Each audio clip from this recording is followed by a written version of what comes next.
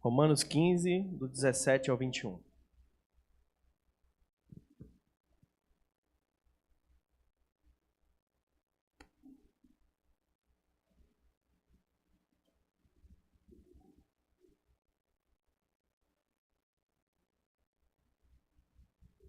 Amém.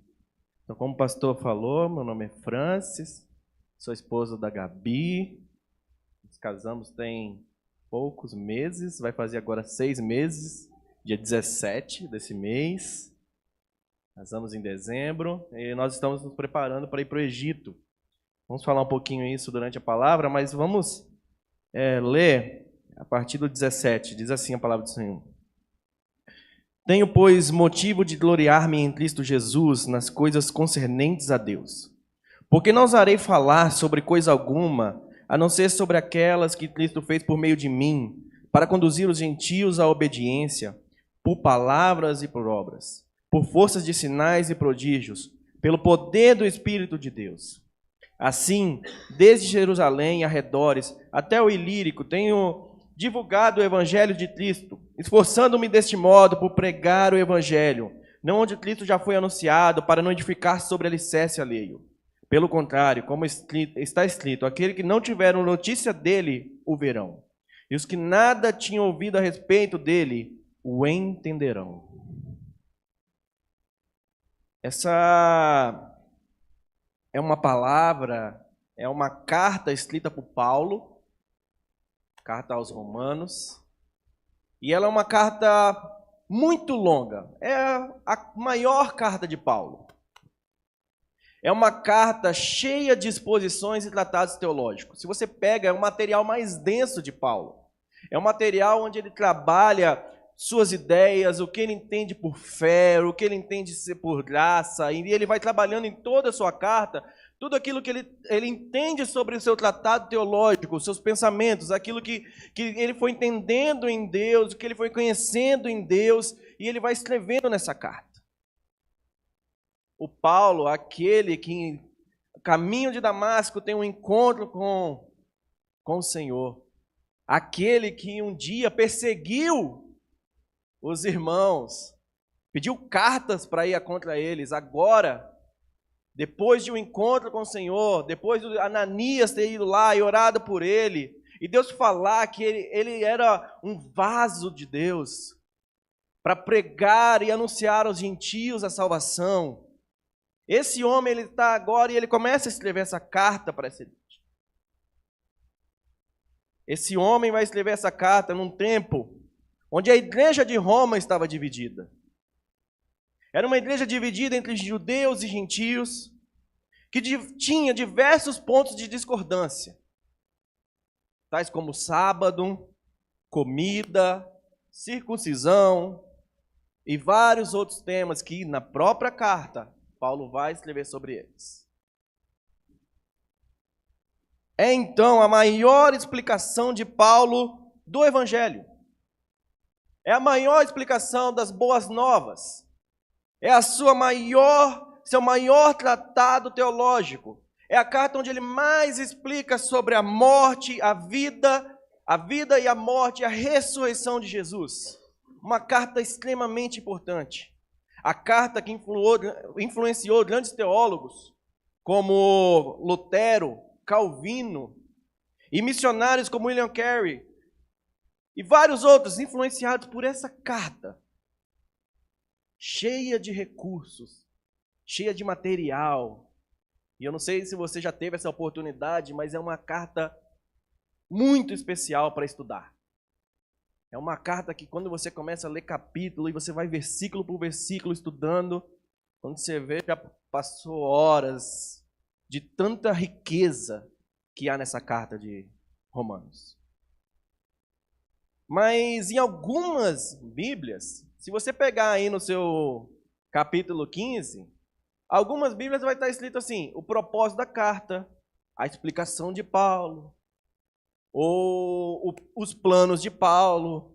Então parece que no capítulo 15 ele quer enfatizar alguma coisa para o povo de Roma. Em algumas Bíblias, então, você vai ver os títulos lá. Sabe que esses títulos foram dados depois, mas eles quiseram sintetizar a ideia de Paulo sobre essa carta, que sim, é uma carta extremamente teológica, mas também é uma carta extremamente missional. Uma carta rica em materiais, que nos ajuda a crescer na fé, mas uma carta rica de desafios que nos faz caminhar em direção à pregação do Evangelho. Então nós vamos passar por esse capítulo 15. E eu quero compartilhar com os irmãos 4 propósitos específicos dessa carta para aqueles dias da Igreja de Roma, mas também para as nossas vidas nos dias de hoje. E o primeiro propósito que eu quero compartilhar com os irmãos está lá no versículo 5 e 6. E é o propósito da unidade. Vamos ler lá os 5 e os 6 dessa carta. Romanos 15, do 5 ao 6. Ora, o Deus da paciência e da consolação lhes conceda o mesmo modo de pensar de uns para com os outros, segundo Cristo Jesus, para que vocês, unânimes e uma só voz, glorifiquem o Deus e Pai de nosso Senhor Jesus Cristo. Portanto, acolham uns aos outros, como também Cristo acolheu vocês para a glória de Deus. O que Paulo está querendo trazer para eles é que a unidade da igreja é a base do avanço da igreja. Uma igreja que pretende avançar, uma igreja que pretende pregar o evangelho, uma igreja que pretende ser conhecida por seguir a Cristo, por testemunhar, é uma igreja que busca a unidade. Hernandes Dias Lopes diz que a unidade da igreja não é organização nem criada pelo homem, mas pelo Espírito Santo. E todos aqueles que são lavados no sangue de Cristo, não importa de que denominação são, eles são um com Cristo Jesus. A ideia de Paulo é trazer, olha, tem gentio, tem judeus, mas em Cristo nós somos um. A ideia é, você acredita naquilo, você entende aquilo, mas em Cristo nós caminhamos juntos. É um convite à edificação mútua. O versículo 1 e o 2, ele diz assim, ora, nós que somos fortes na fé, temos de suportar as debilidades dos fracos e não agradar a nós mesmos. Portanto, cada um de nós agrade ao próximo no que é bom para a edificação. É o convite a caminhar ao lado, segurando as mãos um dos outros, crescendo, ajudando o fraco. É um convite a fazer o que Cristo fala, que ele era um com o Pai e agora nós somos um com Cristo. A igreja que caminha próximo. Hoje, há uns tempos atrás, saiu uma pesquisa da CEPAL sobre missionários. E eles fizeram uma pesquisa porque se havia uma preocupação muito grande que muitos missionários do Brasil estavam voltando muito rápido do campo missionário.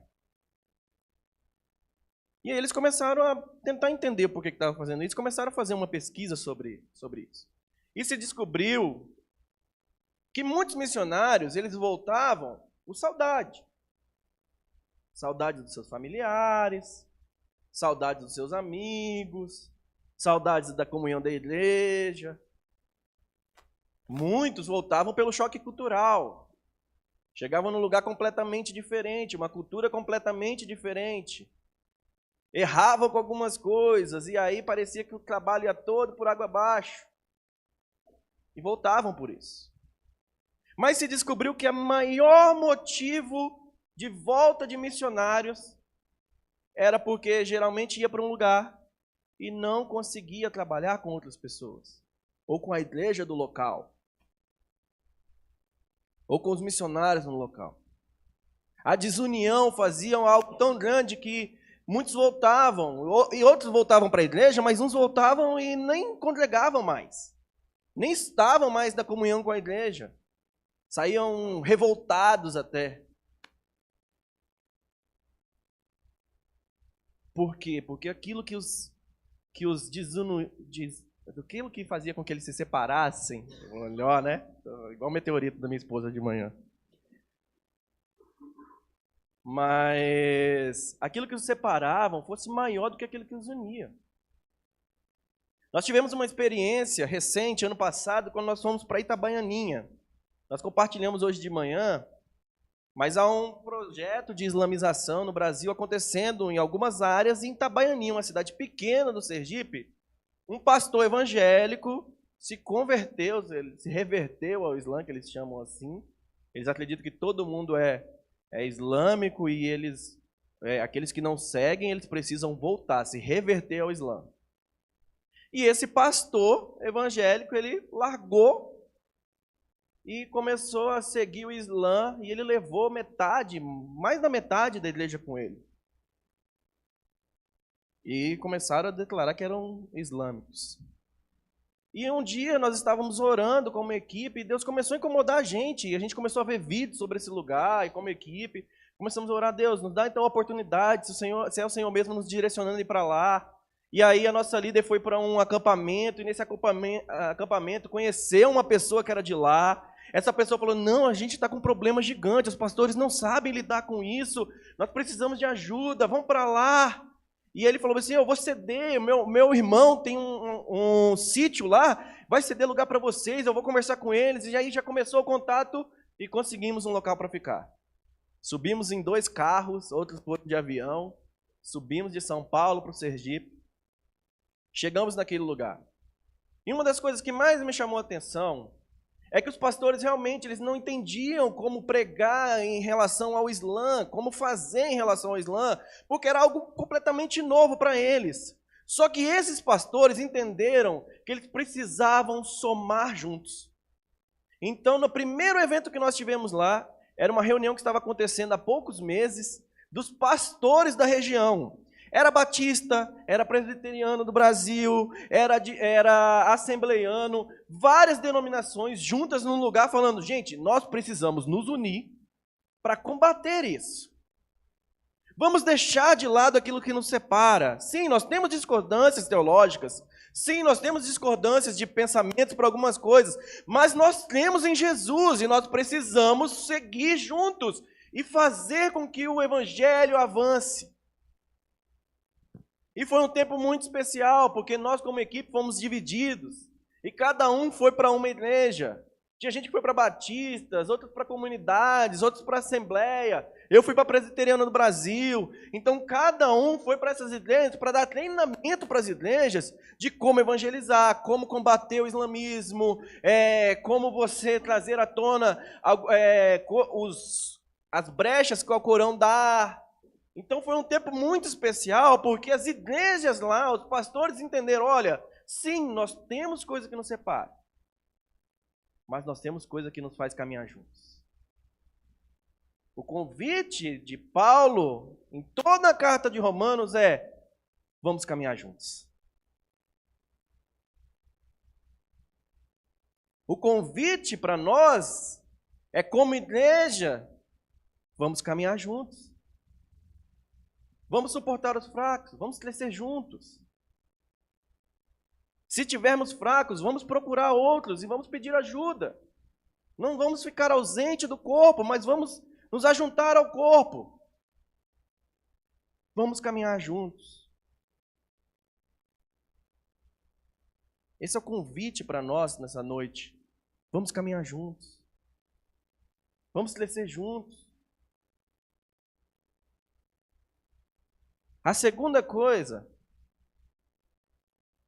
antes da gente tocar, eu queria perguntar se a gente poderia passar o vídeo agora. O vídeo que o pastor mandou. Eu queria que você visse um vídeo antes da gente caminhar para o segundo ponto.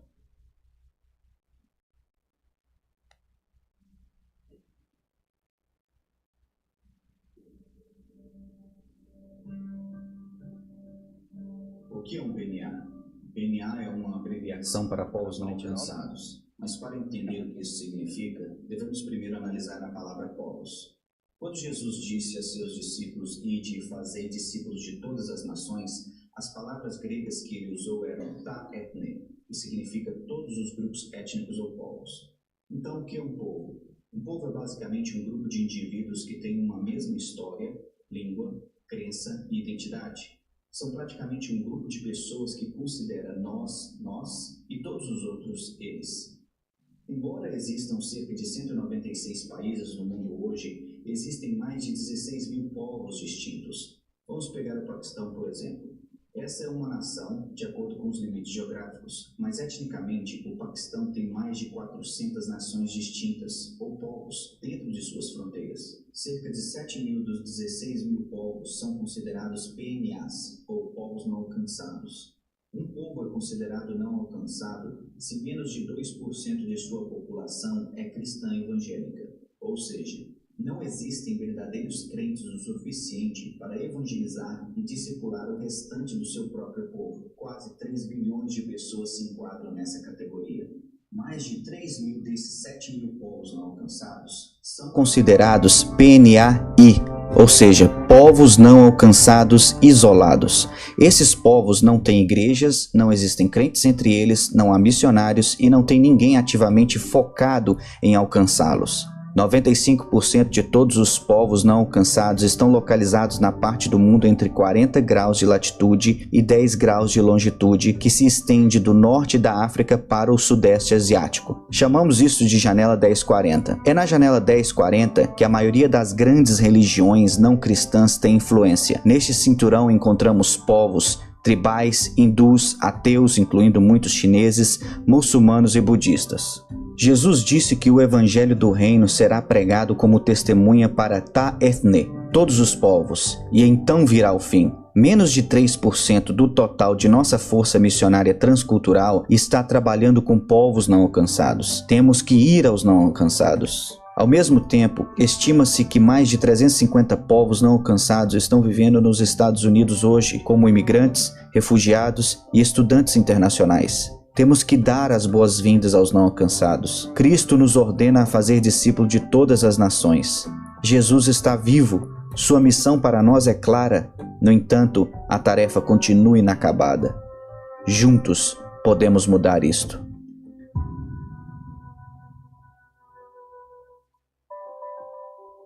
O segundo propósito que Paulo quer enfatizar nessa carta é que ainda tem pessoas que ainda não ouviram. Nós vimos aí sobre povos não alcançados, povos que menos de 2% da população é cristã.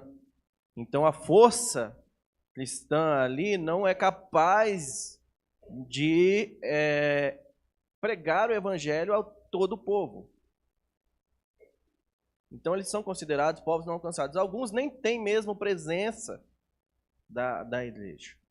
O convite de Paulo, e ele vai dizer isso nessa carta, é que ainda tem lugares, e ele vai falar, eu não quero pregar em lugares onde já pregaram, eu não quero pregar sobre alicerces alheios, mas eu quero ir para lugares onde ainda não ouviram falar de Jesus.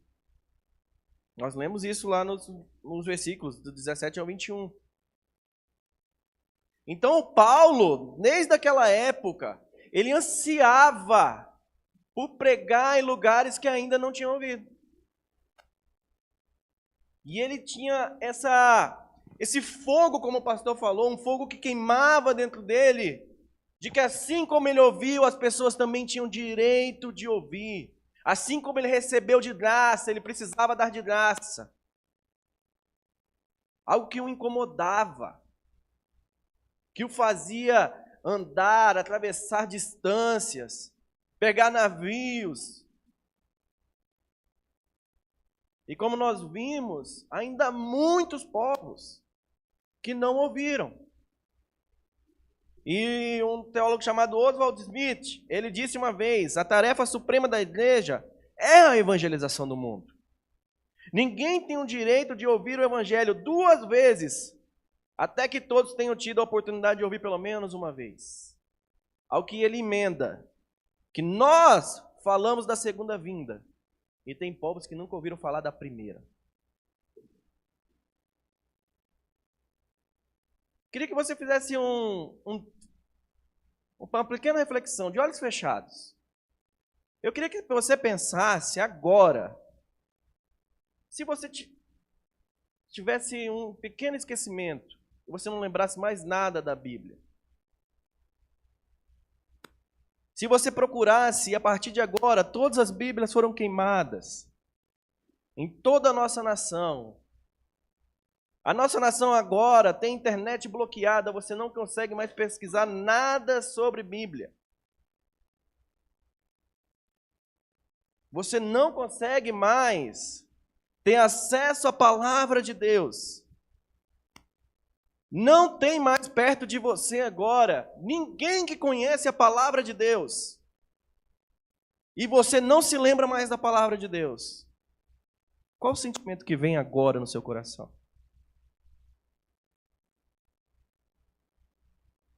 Qual o sentimento que vem no seu coração agora? Tenho certeza que provavelmente é o sentimento que muitas pessoas têm. Uma busca por algo que os complete. Uma busca por algo que os dê senso de propósito. Uma busca por senso que os faz entender quem eles são. Pode abrir os olhos. O que esse sentimento faz você pensar nessa noite?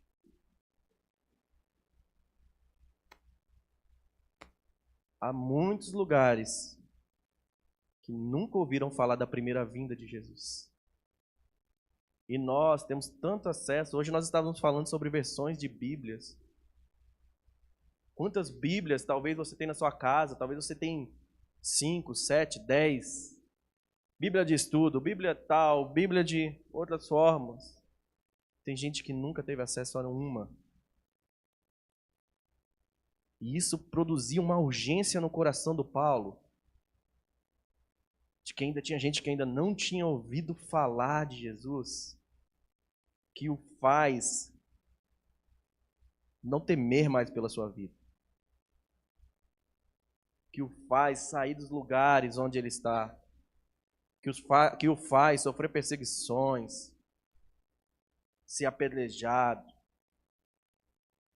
sofrer injúrias, porque ele amava o Senhor, e a mesma intensidade desse amor que ele amava a Deus, ele queria que outras pessoas experimentassem, ele queria que outras pessoas conhecessem, e é uma urgência no coração dele. Pasmem, irmãos, ainda aqui no Brasil existem pessoas que não ouviram. Eu lembro a primeira vez que eu fui para o sertão, numa região, em Bom Jesus da Lapa, e a gente chegou num distrito, na Bahia que fica, a gente chegou num distrito, e nós perguntamos para a pessoa, você já ouviu falar sobre Jesus? Aí ele perguntou, não tem ninguém que mora aqui nessa região que se chama assim. E aí a gente, você nunca ouviu falar de Jesus? Ele, não tem ninguém assim na região. E aí a gente sentar, começar um grupo de estudo, nós ficamos ali durante 2 semanas, estudando a palavra com ele. Tentando durante 2 semanas resumir a palavra, mas principalmente apresentar Jesus para essa pessoa.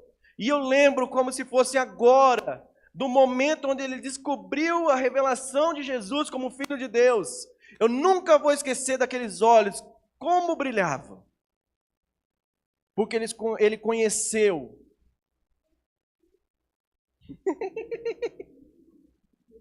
Porque ele conheceu a verdade do Evangelho. Ele conheceu o Filho de Deus. Vou falar mais baixo. Ele conheceu o Filho de Deus. E talvez esse foi um sentimento que você sentiu agora. O que seria de mim se eu perdesse tudo? Toda a palavra que eu já ouvi. Se não tivesse ninguém do meu lado. Se eu não tivesse mais acesso, não tivesse mais internet. O Paulo sabia que existia pessoas assim.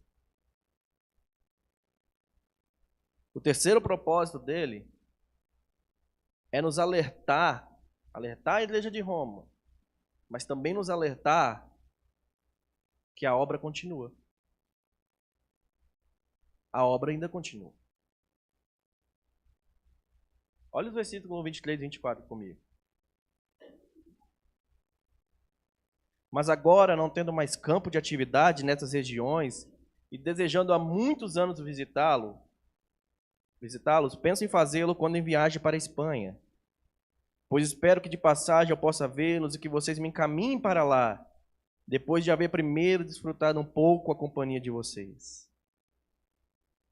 O apóstolo Paulo, ele viveu e morreu por um propósito.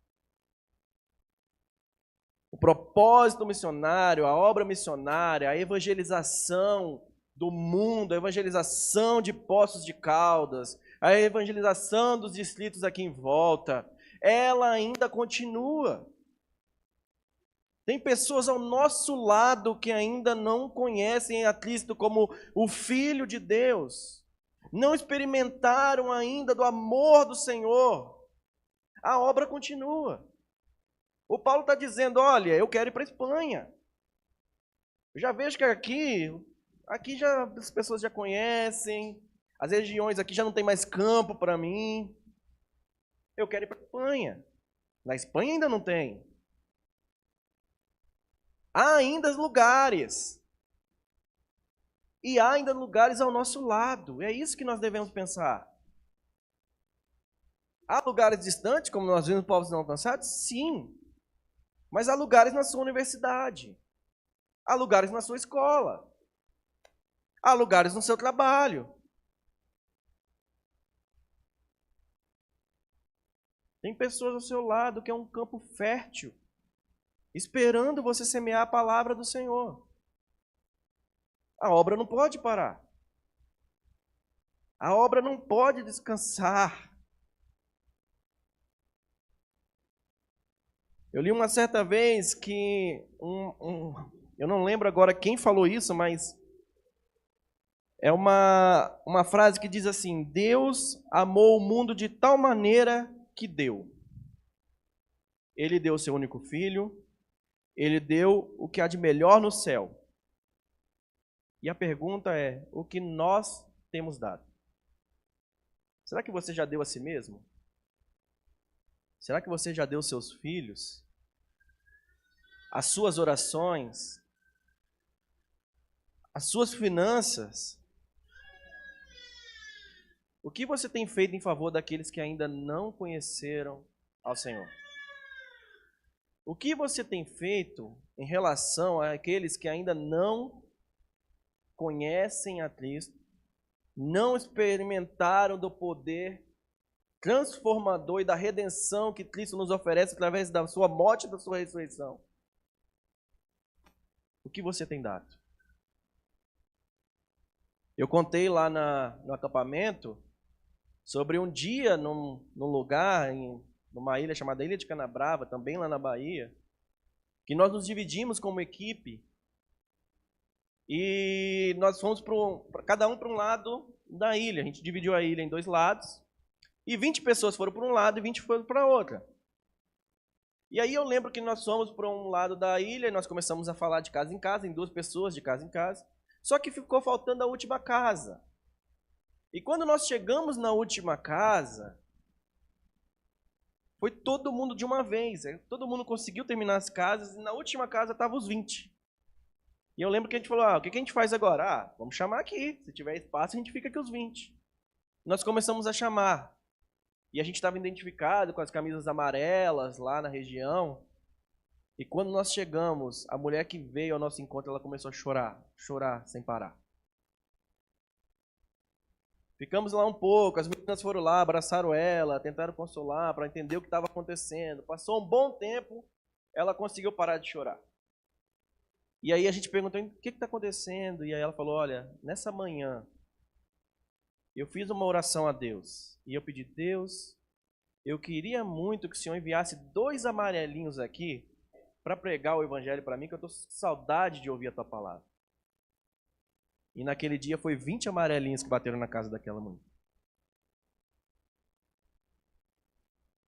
A criação está aguardando a manifestação dos filhos de Deus. Os povos querem ouvir. Os nossos amigos querem ouvir. Os nossos parentes querem ouvir. Às vezes a gente coloca barreira, a gente acha que aquela pessoa não, aquela pessoa ali não tem como. É uma pessoa muito difícil. Ela não tem como mudar, não. Como que eu vou pregar para ela?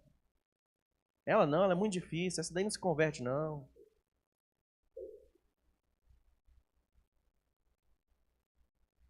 O convite é que a obra de Deus ainda continua. A pregação do Evangelho ainda continua. Nós precisamos colocar tudo nisso. E quando eu digo colocar tudo, é principalmente colocar a nossa vida à disposição do Senhor, dizendo: eis-me aqui. Eu quero ir. Eu quero sair por essas portas e amanhã entrar no meu trabalho e ser um bom crente. Dar um testemunho de verdade. Pregar o Evangelho.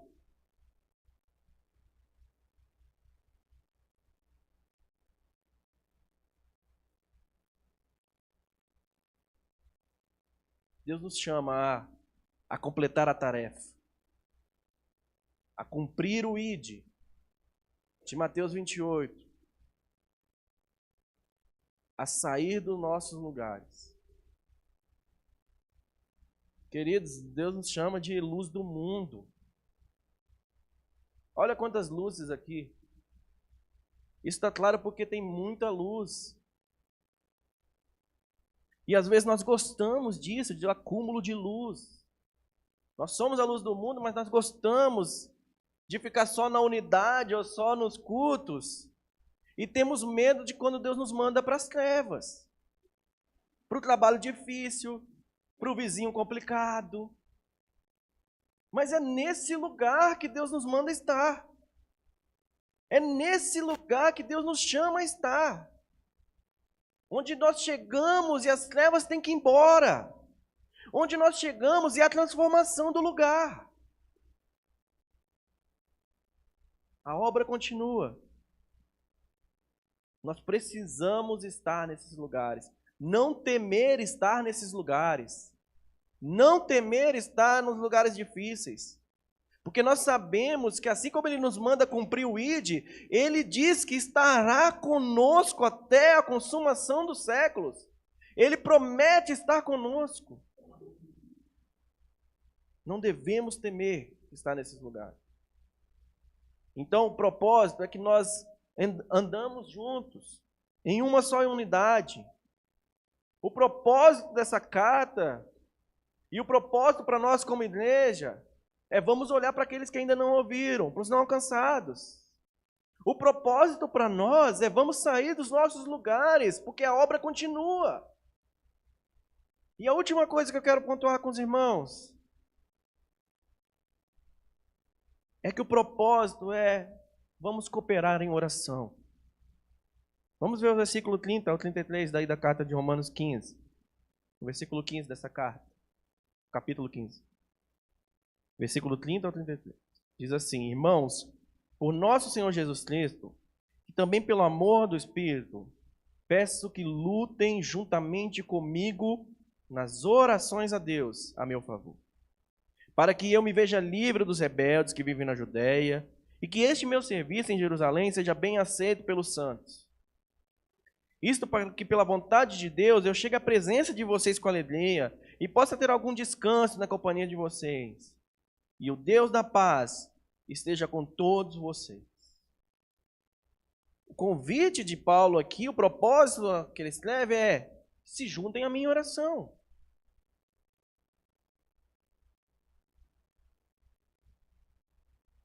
Os propósitos de Deus para as nações são imutáveis, eles não mudam. Os propósitos de Deus vão se cumprir, nós sabemos disso, nós temos o spoiler no final.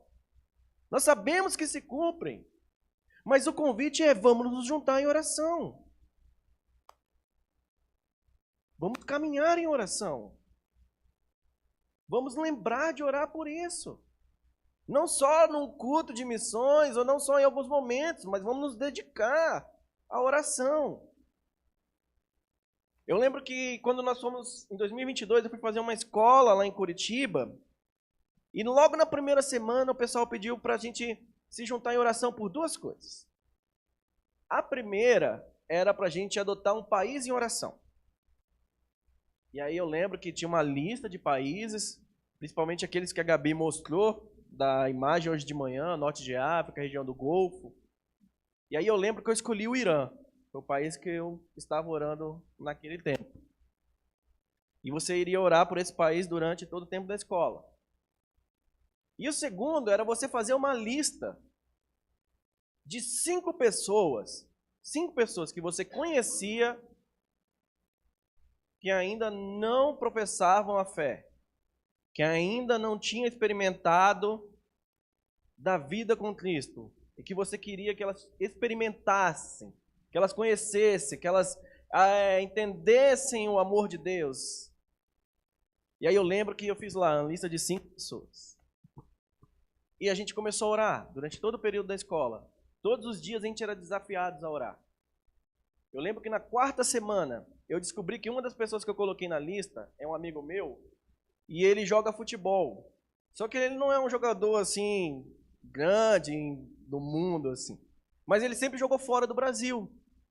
E era engraçado, porque esse cara sempre estava nos lugares onde há perseguição. O cara jogou no Paquistão, jogou em vários outros lugares, Timor-Leste, em vários outros países assim que você não entra tão fácil. E eu falava, Deus, se esse meu amigo se converter, imagina, nesses lugares onde você não entra tão fácil, você ser cristão é tão difícil. Se esse meu amigo se converte, olha a oportunidade que é. E eu lembro que da 3ª para a 4ª semana, esse meu amigo me manda uma mensagem. E ele fala, eu decidi caminhar com Jesus. Experimentei, aprendi o que é caminhar com Jesus. Vou voltar para... Eu não lembro qual era o país que ele estava naquele momento. Ele falou, eu vou voltar para lá, mas dessa vez eu vou voltar diferente. Eu conheci algo diferente nesses últimos dias. Ele morava lá em Rondônia. Eu morei 10 anos em Rondônia e eu lembro dele me mandar essa mensagem.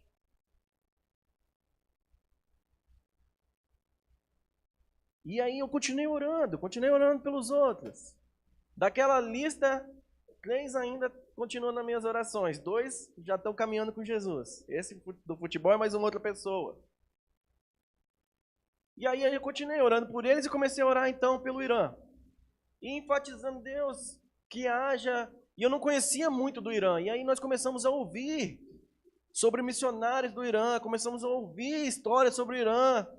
E eu lembro de a gente ler uma pesquisa, eu não sei a fonte agora, mas a gente leu uma pesquisa que falava que a igreja que mais estava crescendo no mundo naquele momento era a igreja do Irã. E quando eu ouvi aquilo, meu coração queimava de alegria, porque eu tinha adotado o Irã em oração, e aí descobri que a igreja que mais estava crescendo, eles não têm templos assim, mas eles se reúnem de casa em casa.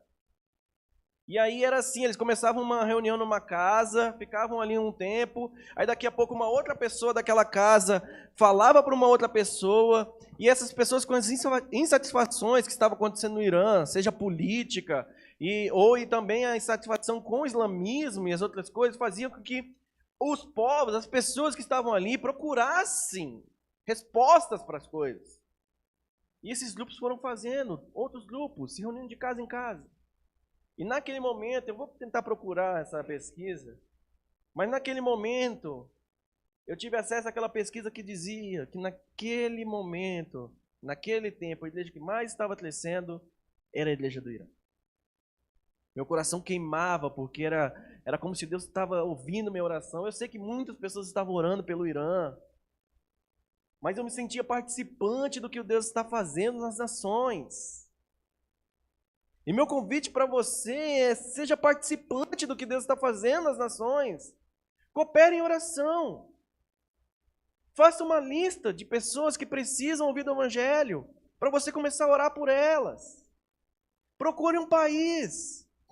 Procure um povo. Tem um site chamado Joshua Project, que ele tem uma lista de povos não alcançados, e você pode pesquisar lá por país. E aí você consegue pesquisar e descobrir um povo não alcançado, e você pode orar especificamente por aquele povo. Mas coopere em oração. Lembre dos missionários que estão indo para essas regiões. Lembre dos missionários que estão lá. Aqueles que você conhece, ou ore por outros que você não conhece pessoalmente, mas você ouviu falar. Adote um país, há várias formas que nós podemos fazer e se juntar em oração. Nós podemos orar. O que Jesus manda orar por mais trabalhadores. Como diz lá em Mateus 9:38. Podemos orar por missionários e pastores que já estão nas regiões. Podemos orar por um movimento que está acontecendo atualmente, que se chama OMT, que é o movimento de tradução oral da Bíblia. Descobriu-se nos últimos anos que a maioria desses povos não alcançados são povos que aprendem através da tradição oral, o que a gente chama de contação de história. O avô, o bisavô que passava para o avô, que passa para o pai, e aí aquelas histórias vão sendo repetidas e as pessoas vão aprendendo ouvindo, não lendo, não indo a livros ou outras coisas. Tem gente que tem muita dificuldade de ler e aprender lendo, tem outras pessoas que só de ouvir rapidinho já pega. E se descobriu que a maioria dos povos não alcançados, atualmente, são povos que aprendem assim, de forma oral. Contando histórias, tirando lições das histórias. Então foi mapeado que existem muitas línguas no mundo hoje que ainda não tem acesso. E você pode procurar depois, tem um site chamado Pray OMT. E nesse site tem lá, por países, línguas catalogadas que existem naquelas nações que ainda não tem nenhuma parte da Bíblia traduzida de forma oral. A tecnologia adiantou muito o nosso trabalho, os nossos esforços. Existem aparelhinhos que você coloca e recarrega com a energia do sol. E lá você coloca o cartãozinho de memória e as pessoas ouvem a palavra no dialeto delas, na língua delas. Já existe, já estão funcionando. Mas nós podemos nos juntar em oração pelas línguas que ainda não têm. Para que Deus mande pessoas para traduzir, para que Deus realmente abra as portas para essas línguas terem acesso à palavra. Há muitas formas de cooperar em oração. Quando nós estávamos terminando a escola, eu acho que faltavam umas 2 semanas ou 3 semanas, eu não lembro. A base recebeu um casal de iranianos. E lembra, eu orava pelo Irã. E quando eu vi aquele casal de missionários iranianos chegando, eu não sabia falar quase nada de inglês, eu tentando me comunicar, mas isso era uma alegria tão grande. Porque eles começaram a testemunhar do que Deus estava fazendo no Irã. De pessoas que tinham acesso à Bíblia, começavam a conhecer de Jesus. De pessoas que eram curadas, que eram transformadas, de pessoas que tinham que sair do país, sim, porque perderam muitas coisas, mas que estavam se preparando, como eles, se preparando para voltar, querendo voltar para o país, mesmo que fosse morrer, mas apaixonados. E eles começaram a testemunhar dos grupos que estavam acontecendo lá, de pessoas que eles estavam sabendo que estavam se convertendo.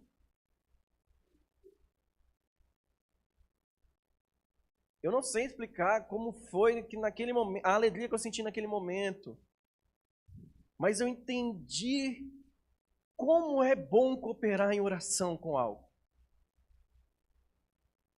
Como é bom cooperar em oração. Eu orei pelo Irã. Fiquei sabendo do movimento que estava acontecendo lá. Conheci missionários do Irã. Mas o meu convite é: vamos nos juntar em oração. Vamos nos juntar. Vamos orar por isso. Vamos orar por essas nações. Vamos fazer uma lista. Hoje, quando chegar em casa, uma lista de amigos, de pessoas que a gente tem ao redor e que nós vamos orar para que elas conheçam a verdade do Evangelho. Vamos fazer uma lista, vamos entrar nos sites que tem disponíveis hoje, vamos conhecer povos que ainda não têm presença evangélica, que ainda não têm presença missionária da igreja, e vamos orar por esses povos. Há muitas formas de orar. A igreja já tem missionários que a igreja acompanha. Você pode hoje mandar mensagem, procurar. Pessoas perguntar pelo que eu posso orar por você. Mas o convite que Paulo faz na carta de Romanos, nesse capítulo 15, que é esse convite a vamos caminhar juntos, que é esse convite aí vamos propagar o evangelho, que é esse convite vamos aos lugares que ainda não conhecem, que é o convite vamos cooperar em oração. Ele é um convite para mim e para você nessa noite. E como você pode cooperar? De várias formas. De várias formas você pode cooperar. Eu termino com uma frase de Andrew Murray, que diz assim: Deus procura pessoas por meio das quais possa abençoar o mundo. Diga com decisão: eis-me aqui. Entreguei minha vida para essa finalidade. Cultive a fé nessa verdade tão simples. Deus ouve a oração. Deus fará o que eu pedir. Dedique-se às outras pessoas tão inteiramente quanto se dedica a Deus.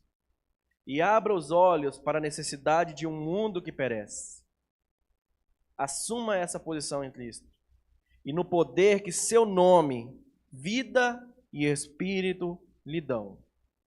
E então, continuem a interceder. Deus os abençoe. Que você lembre disso. Que você coopere com aquilo que Deus está fazendo.